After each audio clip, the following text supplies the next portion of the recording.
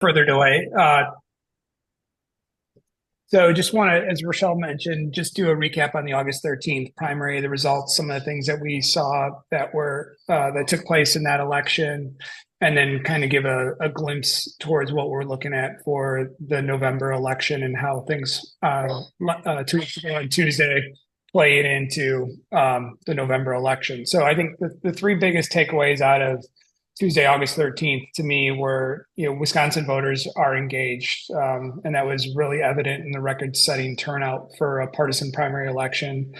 The power of Dane County turnout and Milwaukee turnout, to a little lesser extent, definitely was on display as well, and the impact those two counties have on a statewide election.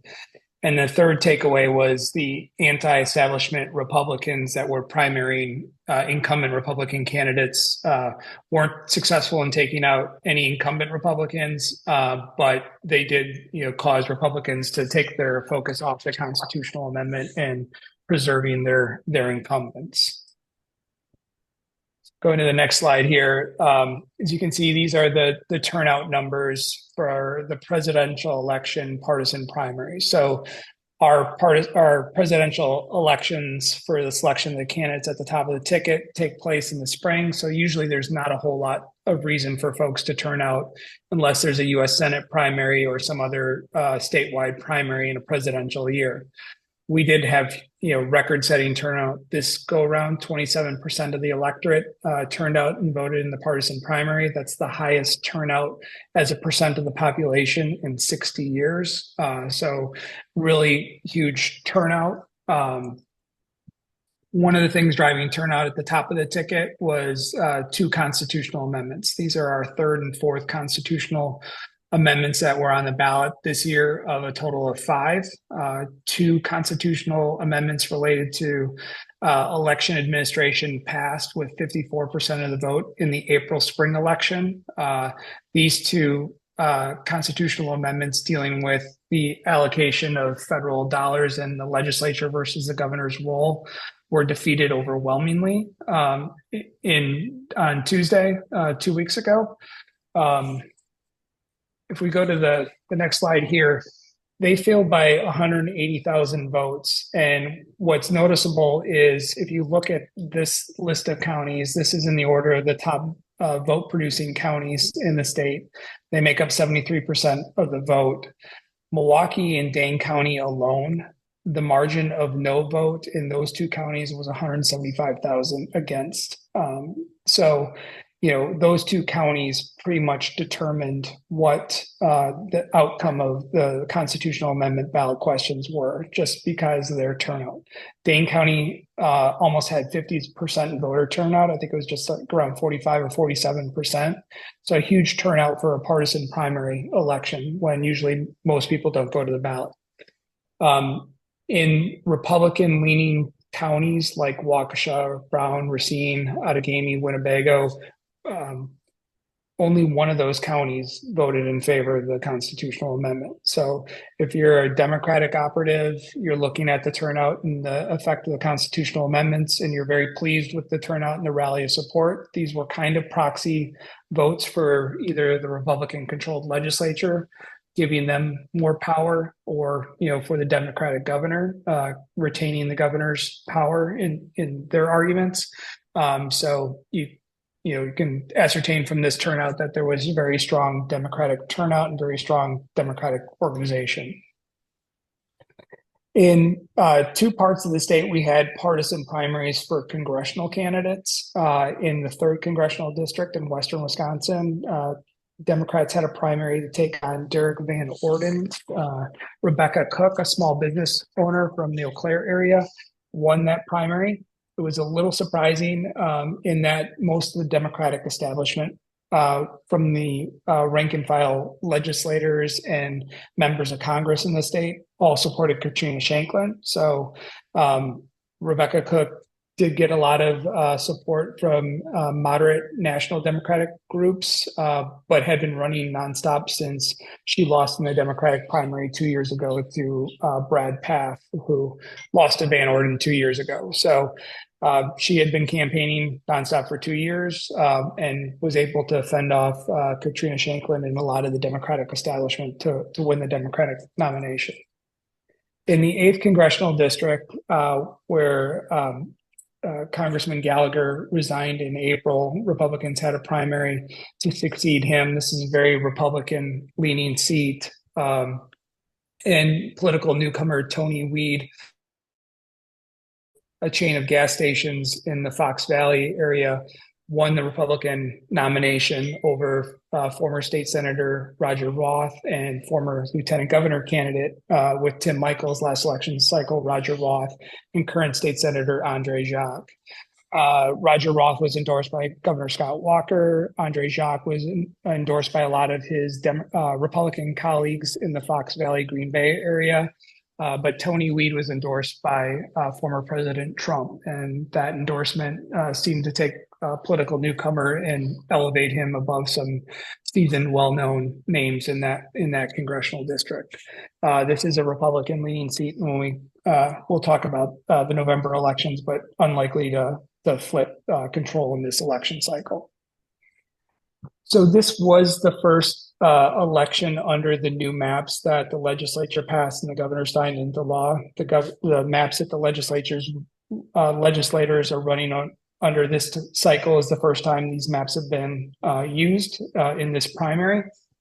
The new maps probably led to some of these lawmakers deciding not to run for re-election, but we knew going into the primary elections 2 weeks ago that 27 incumbent lawmakers were not going to run for their current positions. So we were already anticipating huge turnover without an election taking place in the legislature.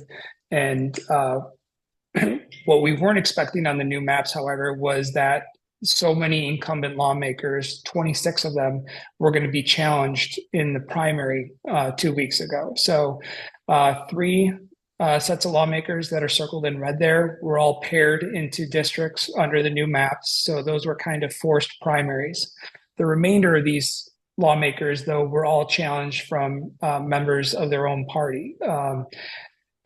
For Republicans, it was a lot of further to the right, people that were anti-current Republican leadership and thinking that the current Republican leadership didn't do a lot to support former President Trump. On the left, there were varying reasons for why those 4 assembly representatives received challenges. The interesting thing that happened on Tuesday was none of those incumbents were defeated. So all the anti-establishment candidates were unsuccessful in defeating incumbent Republicans. Obviously, in the 3 paired races, somebody had a win in those 2 or 3 races. The only incumbent that was defeated in a primary was Representative Janelle Brandtjen. She was defeated by State Representative Dan Knodel, or State Senator Dan Knodel. And she herself is an anti-establishment Republican. So that was kind of an interesting narrative on the night that the only anti-establishment candidate did not win in a sea of anti-establishment candidates. So quickly walking through some of the primary winners in the state Senate, Representative Dora Drake, now Senator Dora Drake, who won to fill the remainder of Senator Lena Taylor's term, just won the Democratic primary. So she's going to be unopposed in November and will be reelected to a full term as a state senator. Melissa Ratcliffe won a 3-way Democratic primary to win the seat that was formerly held by Melissa Agard, who is running for county executive. In the Republican side on state Senate, in the 18th, Dr. Anthony Phillips won his primary. In the 20th Senate district, Senator Dan Fine survived a challenge from former state representative Tim Rantham, who was supported by President Trump. This was another anti-establishment versus establishment Republican, and Senator Fine won overwhelmingly in the Oshkosh area. On the state assembly side, for the Democrats, four of their incumbents survived challenges overwhelmingly, all with 70 to 80, or with around 80 to 60% of the vote. Ryan Clancy was one interesting one. The Milwaukee establishment of Democrats tried to oust him, and he survived that challenge with overwhelming majority, 55% of the vote. And here are all the state assembly Republicans that were challenged and survived. Most of them won with 2/3 of the vote. So, there was a lot of concern amongst Republican leadership that some of their incumbents were going to get defeated on the primary. That would make them holding on to the state assembly more difficult if they didn't have incumbents running in November, and especially if they had some, I guess you call them more fringe candidates running in a very competitive election.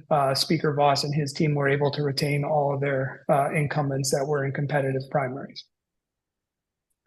There are 6 Democrats that don't have Assembly Democrats that don't have a major party opponent on November ballot. So these 6 future lawmakers are probably the easiest people for folks to start to get to know. They don't have any opponent in November, not a serious opponent in November, so they're likely to be sworn in January. And we've already started with our Coffee with the Candidates program, invited Andrew Heisel last week, who's from the Sun Prairie area, in to start developing relationships with him. I think all these future lawmakers are safe folks to start developing relationships with. So we knew 27 lawmakers were not seeking reelection. So that's the blue bar on this chart. There were 4 incumbents defeated, 3 of the paired races, and then Janelle Branchin. So that brings us up to at least 31 new lawmakers will be sworn in January. We know with all the competitive races, that number is going to continue to go up.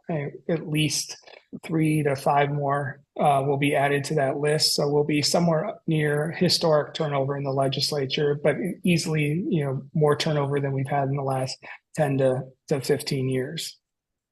So a lot of new faces for us to get to know come January, but hoping before January as we meet with candidates and folks that are in non-competitive seats.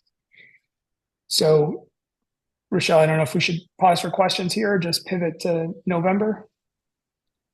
Let's see if there's any burning questions, but I imagine what folks really want to hear about are now those competitive November races, what it means for the balance of power, which is exactly what Tony's going to get to next. But let me see if there's anything about the primary that folks wanted to either ask about or flag for the rest of the group as a comment. Okay, then before we get to November, Tony, I'll ask you to just restate those 3 main takeaways you had from the primary again, because I think those were really interesting. So we have a very engaged electorate. Even there's no reason to vote in a partisan primary in August in Wisconsin, other than like a legislative primary, and we had huge turnout. Last closest was 2020, and that was when I think Democratic and Biden voters were very exercised, and this was kind of a practice run to the November election. And I think we're seeing on both sides, and we'll get into that in a second, we're heading in that direction again. The power of turnout in Dane County. Dane County voters turn out, and that has a pretty significant impact on the overall vote totals in the state. And, it's quickly becoming, if not the most important, one of the 2 most important counties to measure your margin of victory or loss. And then, the anti-establishment Republicans weren't victorious. Speaker Voss and his team were very instrumental in getting their incumbents through. It remains to be seen what kind of damage there is at that county party level with those races. If folks are going to get in line for November, or if there's going to be some disgruntled, non-establishment Republicans that are going to stay home in November, and what that could do to the balance of power. So those are the three big takeaways. Okay, and then before you move on, Tony, just remind us the 3 Republican incumbent matchups. Who are those 3 people that now we know will not be returning to the legislature? next January? So Donna Rosar, Mike Schra, and blanking on the third one. Just asking you to pull Uh, every last piece of data Rep, and person right out of Representative your sleeve there. Representative Representative Schmidt. Thank you. And I just want to flag that for folks. So if you are engaging with those people, like I know Donna Roser was just at Marshfield within the last month and had a great visit and, very excited to do work. They do still represent you all through the end of this calendar year. So they're your current elected officials. But if you do engage with them, to acknowledge and thank them for their service would be appropriate since, they won't be returning. Okay, carry on, Tony. Thank you. All right. So looking ahead to November, we're 68 days to the November election day. So, just a little over 2 months, and that time is going to evaporate quickly. Voter enthusiasm. So before the Republican convention, Republicans had an advantage in enthusiasm. These are Marquette Law School polls, gauging the enthusiasm of partisans on voting in November. After the Biden-Harris switch in around July 21st, and just after the Republican convention, Republican enthusiasm is still gone up, but Democrats have gotten a huge bump in enthusiasm, so that both parties, according to the Marquette poll, and looking at the turnout for the partisan primary, we have a very enthusiastic electorate that's going to turn out in November. So fully expecting high voter participation and engagement, throughout the last 68 days here.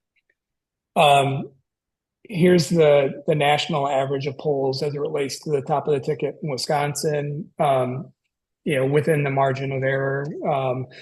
How this compares to where Biden was before he dropped off the ticket. He was 3 points below Trump in the Real Clear polling average. The interesting thing is, Trump was winning versus Biden, now, within the margin, potentially losing to Harris by a point. Trump's number has stayed the same. So it's the Democratic candidate's number that is vacillated a little bit, but he's been pretty steady at like 47% of the vote. A little different look at it, just looking at the Marquette poll. This is the only poll they have out currently since Kamala Harris is the Democratic nominee, again, within the margin of error. So we'll start looking more seriously at these numbers post Labor Day and switching to the likely voters.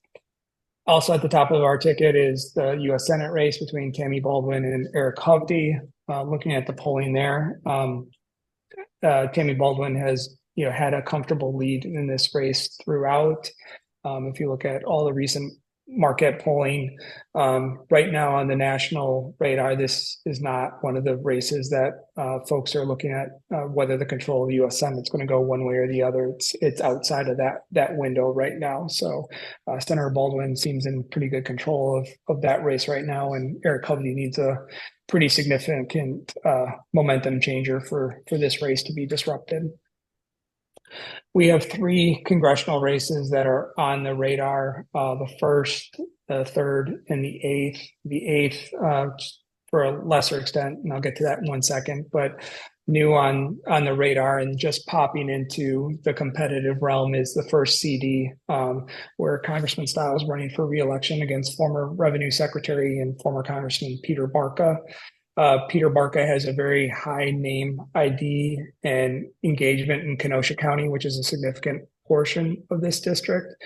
It's still kind of outside the window right now of being competitive, but this is one that Democrats are definitely putting a lot of money in to kind of put on the radar and be in one of the races that gets them to control the U.S. House of Representatives. But right now, this is a lean Republican seat with Congressman Style and him typically outperforming the normal Republican average in that seat. The most competitive race in the state is the 3rd CD, where freshman Congressman Derek Van Orden is running for re-election. He's one of the seats that Republicans flipped in the last election cycle to take control of the House. So definitely one of the seats in play for Democrats to try and flip back for them to regain control of the House. ton of money in here. A lot of folks are wondering whether or not the Tim Walz selection will have any impact on this race, since the majority of the third CD is in the Minnesota media market, and whether or not that'll help turn out in the third CD to assist Rebecca Cook. The ACD is not currently considered a competitive race. It's a very Republican leaning seat. There's people watching it just because of Tony Weed being a new political newcomer and because of his Trump endorsement, and whether or not that will create any momentum for this seat. But right now, this is one that, we're not seeing any real outside money come in and any efforts. But if it turns out to be a Democratic wave year, this is one where, at the end, they could be pouring some money in. But right now, for Republicans, this should be a pretty safe keep seat on the numbers. So switching to control of the state legislature, start with the state Senate. Republicans currently have a 22-11 majority in that House. They've been in the majority for 20 of the last 30 years. So Republicans are the red line, Democrats are the blue line. This will definitely be changed after this election cycle. However, Democrats on the numbers don't have a path to the majority in this election cycle. Only half of the state Senate is up every 2 years. So 16 seats are up this cycle in 24, 17 seats are not up. So Republicans start out this election cycle with a 12-5 advantage. So for Democrats to take the majority, they would need to win 12 of the 16 seats that are up this cycle. And the math just doesn't support that. There's really 5 seats that are competitive. They're the 8th, the 30th, the 14th, the 18th, and the 32nd. If Democrats sweep all the competitive seats, that would get them to 15 seats and still 2 seats short of the majority. Here are the numbers on those competitive seats. So the 8th, which is currently represented by Dewey Strobel, kind of the northern suburbs of Milwaukee. The 30th, which is an open seat.